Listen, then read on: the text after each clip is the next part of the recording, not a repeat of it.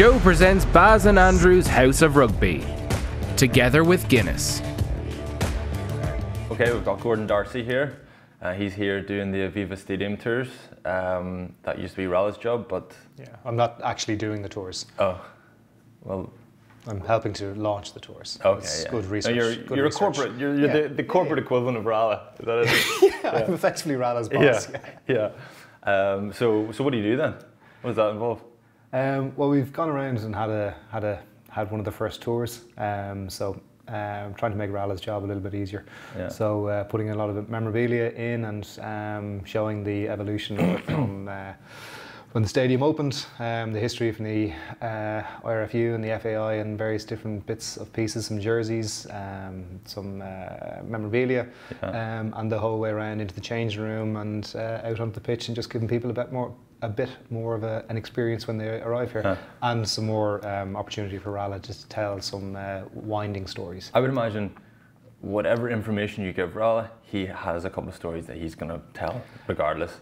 Oh, well, I would have thought you just give Rala information and he ignores it and just says what he wants to say anyway. Yeah, exactly. Which will be much more boring and long-winded than what you can come up with. I wouldn't say, but it'd be more interesting. Could you imagine if you come over from Germany and you're like Rala giving you his version of an event? Mm-hmm. You know, it'd be like the 1916 Rising or something if Rala's telling it. That lovely guy, that guy's heading back to Germany going, best day of my life. I did a stadium tour a while back. I was the Rala equivalent, or I was kind of walking around with a group anyway, and someone else was giving the tour, and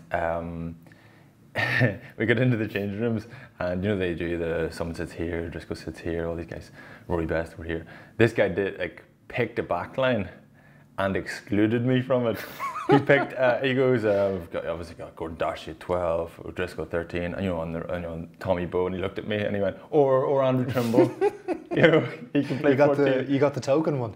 Yeah, I got it. I was an afterthought, very obviously an afterthought. Oh, that's fine. I get that with people the whole time. They see me from behind and they think it's Brian, and they come up and they tip on the shoulder and then turn around, and the look of disappointment when they turn around and it's me. Yeah. And then you get this awkward little moment where they go, I sure signed it anyway. Yeah. Yeah, I actually did exactly that. Drico must be doing something else today, a few boxes down, and I was walking around the whole stadium looking for you, or looking for the setup, and then I walked in on him, but I thought it was you. I thought I just struck gold, and then I just walked out, and it was just an awkward, because obviously then we'll have the chance to catch up and chat, but then it's like, oh sorry, see you in 6 months, Brian, because obviously I don't bump into him that often. Tell me this. We occasionally talk about rugby, but first and foremost, did you see Game of Thrones the other night? Yeah. Yeah. Well, I didn't stay up. I recorded it. No, and then, blocked out all. There's fans everything. And there's 2 a.m. fans. That's too much. Yeah. When I had it on record, put it in, sat down. Kind of everybody's gone to bed, and I just had my little Game of Thrones moment with the dog. Yeah. Okay. So hold on. Sorry. You did stay up then? No, then I recorded it. Fine, okay. I watched it the next day, Yeah, and I mean, was there much excitement? Are you a big fan? And how much revision did you have to do? Like, did you watch a couple of catch-up episodes on YouTube or anything, or a round-up of season 7 or anything like that? No, but I only watched season 7. I kind of rewatched it a little bit, and kind of just stay in touch. Like, but it's it's pretty ingrained. Like, if you have any sort of interest in it, it's pretty ingrained in there. Like you're waiting for this. It's kind of seared in your brain, and you're kind of going, okay, I need information as to what's happening. Yes, exactly, Grant. And I don't know, are you a fan of the podcast, by the way? Yeah, huge fan. Huge fan. So you're aware of the theory behind Game of Thrones, and that it's mimicking Irish rugby. When you're familiar with this theory with? Yeah, I am now. Yeah, with the Lannisters, like Leinster rugby being the Lannisters of Irish rugby. It's pretty well known at this stage. It's well documented. It is, yeah. So more specifically, who's the Munster? Well, myself and Barry have fallen out over this a little bit. He wants the Munster to be the Starks. I would like the Starks to be Ulster, But he's given us the Wildlings, and he just shouted louder than me, so now we're the Wildlings. Yeah, that's pretty fair. I wouldn't give. I'd agree with Ulster being the Wildlings. I'm not sure they get the Starks though. Starks is too noble for Munster, isn't it? No, I think Get off your high horse, Munster. You could settle on Connacht for them. No, Connacht or the Ironborn. What are they? The forgotten about. Yeah, the exactly. forgotten about thing that you just throw them on some ships, like. Yeah, exactly. Nice. See in a while, Nice. yeah. Well, that could pull Ulster's pants down actually in a couple of weeks' time. Whenever they play them in the playoff game. But no, the Leinster connection is very strong. Nice. We've got Sexto, who's obviously King Joffrey, in that he throws tantrums every now and again. Obviously, Joffrey's tantrums were more significant. When he throws a tantrum, someone dies. Johnny just kicks water bottles and stuff. Yeah. Grand, that's fine. Carney, Cersei, the most Lannisterly Lannister there is. Okay. Pure evil. Yeah, that's fair. Obviously from an Ulster perspective. No biases in this then. No, absolutely. No, I'm an objective journalist now. No worries. Yeah. Same way I am, yeah. Yeah, exactly, yeah. Jamie Lannister. Ooh. Do you know who that is? Jamie Lannister. An important moment at the end of the last episode there. Jamie Lannister left the Lannisters and arrived in Winterfell. Oh, Joey Carberry? Jack McGrath. All right. Oh yeah, Joey Carberry works as well. Yeah. Yeah. Actually, yeah, you're right. Yeah. Do you know who you are? Who? Nobody. Like, bear with me, okay? If you say Jon Snow, you might get a hug. Sorry. You're not Jon Snow. I'm just delighted I feature. Yeah.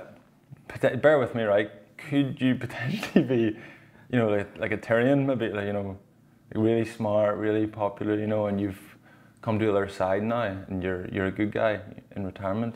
No, you're not. Just cut to the chase here. You're not embracing this at all. Tyrion Lannister, no. Who? Tyrion. I don't really have a choice, do I? I've floated the idea with a few guys, and no one wants to be Tyrion. So would you just do us a solid? Good man, Dark. Yeah. Good man. Anyway, we're contractually obliged to mention rugby at some stage. So yes. European week. What's the story then? Is it just going to be the same old Leinster? Struggling a little bit recently for form. Is it just going to be same old Leinster? Gets the business end and they start winning. Yeah, I hope so. I think it's hard for Leinster because the same challenges are there every year in that they have to use the larger squads and everybody and say, listen, that is what it is. With a better academy, you can use all those different things. But when you're using a higher volume of players and you're using different combinations all the time, it does eat away at the potential for that team togetherness and gel and the little things that you need at the business end of the season. So there's one of the things that Leinster challenges they've had this year is the injury toll that they've had to go through. So the back row was decimated, and then Johnny has been, has had his injury struggles. Rob has had his Robbie Henshaw, Ringrose. So there's been an awful lot of injuries this year, which they haven't had to deal with in previous years. So on top of that, they've got guys going to Ireland now. They have a bigger. The coaches haven't been able to control minutes as they would have liked, which every coach has to deal with. But it's just another one on top of another one of the bits of context around Leinster's season this year. But they seem to. I don't know if there was as many injuries at the start of the season, but there was certainly a lot of rotation. There was a lot of young fellas that that's part of it, and Leinster have to rotate because they have the player management of the national team. I think if you look at this time last year, I think Leinster are ahead in the Pro 14 as to where they were this time last year. They're still in the semi-final. They have a home semi-final, so it's they've gotten to the same place. Performances may not have been pari passu to what they were last year, but I think there's a bit of context around that, around what the players that they've had. So I think this weekend you're looking at it, you got a really good tight five that's fresh coming back in. Scott Fardy, James Ryan, the 6 front rowers that are really high quality. They're going to be instrumental for Leinster this weekend. And if Leinster get any sort of momentum in the game, I think you get to see Johnny Sexton will just pull the strings as we know he can. How important is Lowe? Well, does he play? Does he start? Yeah. I'm not Is he sure. important enough to start, I suppose? Well, this is why you'd never be a coach, right? Like you sit down, you put all the thought into why you pick James Lowe or why you pick Jamison Gibson Park, and it can go out the window in a second. You can pick James Lowe, you're saying, okay, well, we need him to score tries. Toulouse don't kick the ball and we don't get the ball wide. James Lowe is wasted on the wing, and then Luke McGrath goes down, and you have to bring on a very inexperienced 9 who can't control the tempo of a game. So you can have the best thoughts in behind it, but like there's a huge hindsight bias going to come off the back of this weekend. The prudent approach is what, and we know, and we've probably been the victim of that from a coach, is going with Gibson Park because he can have the most immediate impact when he comes on, and he can change the tempo of the game if they need to. Yes, but you're talking, in an ideal world, as long as there's no surprises, you're talking 20 minutes impact from someone who has more involvement versus 80 minutes impact as a winger. As I said, like this is the world doesn't revolve around wingers, Andrew. But listen, as I said, that's why you'd never be a coach. They have erred with the Gibson Park on the bench, and I'd be surprised if they move away from that this weekend. Yeah, okay, and what about the Starks in Coventry? I think they'll get on. Yeah, like there's obviously a big external focus on Saracens this weekend. I think you and I have been in the dressing room plenty of times, and sometimes stuff is aired and it's dealt with, and everybody draws a line on it, and you move on, and it can actually pull guys together. But when it's not dealt with, or it's dealt with by the management as opposed to the players, it can cause a little bit of uncertainty in the group. So that's unfortunately hanging over Saracens, and it shouldn't be in the game at all. But it is, and it's there. So how they deal with it will be very interesting. But they will not have wanted that in this preparation this week. So is that your impression from what's going on there, that the players are just slightly unhappy with how the whole thing's been dealt with, or? No. I'm just saying, from you and I, from our experience, would have had not something similar, but we would have been in changing rooms where you either deal with it as a group of players and everybody puts their card, and you have an honest conversation, and everybody agrees and you move forward, or it's dealt with. It's perceived to be dealt with, but it's actually not, and then that changes the fabric of an internal of the team. And we'll see how Saracens react to that this weekend. From the Lannisters, I think it's a huge opportunity for them. Like Conor Murray, they need a huge game from Conor Murray. If Conor Murray has a big game, it changes the whole dynamic of how Munster approach the game. If he can just rediscover any sort of form, in the same way Leinster need Johnny to discover, if he puts his mark on this game, I think they have enough ammunition. The guys. He's shown a lot though since the Six Nations. He's shown kind of like he's getting back towards where he was. Yeah, and it was a significant old injury as well, and kept him out for a while, and kind of come back in. He said himself he's never had so much criticism. Yeah, and it's unfair as well, because like I think when you look back at the Six Nations, the team didn't click, and then people were looking for reasons as to why it wasn't playing. Yeah. Every position is dependent on the other people around them. So for 9 and 10 to fire, the pack need to be delivering at certain metrics and things like that, and it just didn't click across the board, and we were not able to create momentum from 9 and 10 to get the pack back into positions where they used to be. And it doesn't matter if you are World Player of the Year or if you're the best scrum half in the world. When New Zealand are under the pump and they're, South Africa hold their tight 5 behind the gain line. Bowden Barrett, Dan Carter, these guys, they're not able to do it either. So I think we just need to sometimes contextualise what's actually happening. So these guys are not, their form is not suddenly imploded. They were just really, really well marshalled as a team during the Six Nations in the vacuum of that tournament. And now we haven't seen Johnny yet, but I fully would back him. I'd be scared not to back him every time he takes the pitch. Yeah. And you've seen Conor Murray, you're just saying, getting a little bit of thing. And this is an opportunity where Munster it's incredibly frustrating. There's that poeticness with Munster and the Champions Cup, that they just seem to rise, and something always special seems to happen with them. Yeah. And maybe this is just another one of those chapters in their story. Yeah, it's sickening, isn't it? It is a little bit. You're right. It is a little bit. It's fine. I've won 3 Heineken Cups, so it's fine. Oh no, that's fine for you, isn't it? It's just fine for you. I didn't want to get dry. You had to go there, didn't you? I kind of had to, a little bit. So obviously, Pretty successful, as you've touched on. Nice conduit. As you touched on, pretty successful playing career. But when you were playing, Darsh, am I right in saying you didn't get on that well with the media? Like you kind of hated journalists. No, I didn't. I just you didn't give them much, did you? No, it's not that I didn't give them much, or because now you are one, and that's the irony of the whole yeah, situation. well, I'm not a Jamie was a columnist. I'm a columnist, so I have an opinion. Oh, right. I have an opinion. I'm not a journalist, thankfully. But no, my whole thing with when I was playing was, so I had a very bumpy start to my career. Kind of went up, acted a bit of Jack the Lad, and did all the stupid stuff that I did. Dyed my hair blue, wrote silly things in my boots, and got fat and got rightly so dumped from the national team and nearly lost my Leinster contract. But that was very, very. Who was in charge of Leinster at the time? Mike Ruddock. So this is like 99, 2000. So yeah, you were probably. This is after you were about to go on tour with Ireland. So yeah, so I nearly went. I was asked to go on tour with the national team when I was in school. Yeah. Obviously did my leaving cert and then played in the '99 World Cup, but was overweight. Was not a good professional, and nearly I got dropped out of it. But it was very, very well documented by sports people, and rightly so, because fine, it gave me a healthy skepticism of the media. And it's like, okay. Yeah.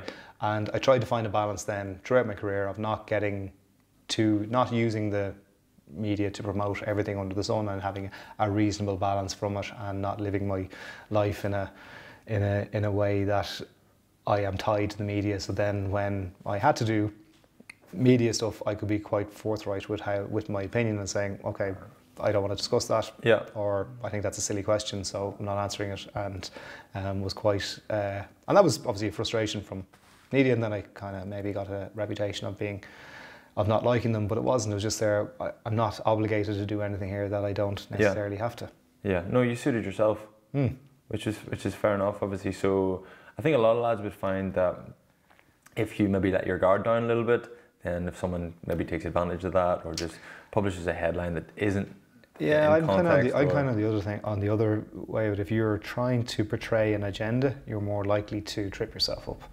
So if you're actually not honest around it, I think there's certain things you have to be wary of. There's certain topics that are very sensitive, and World Rugby, domestic. There's lots of things that you need to be careful around what you comment on. Yeah.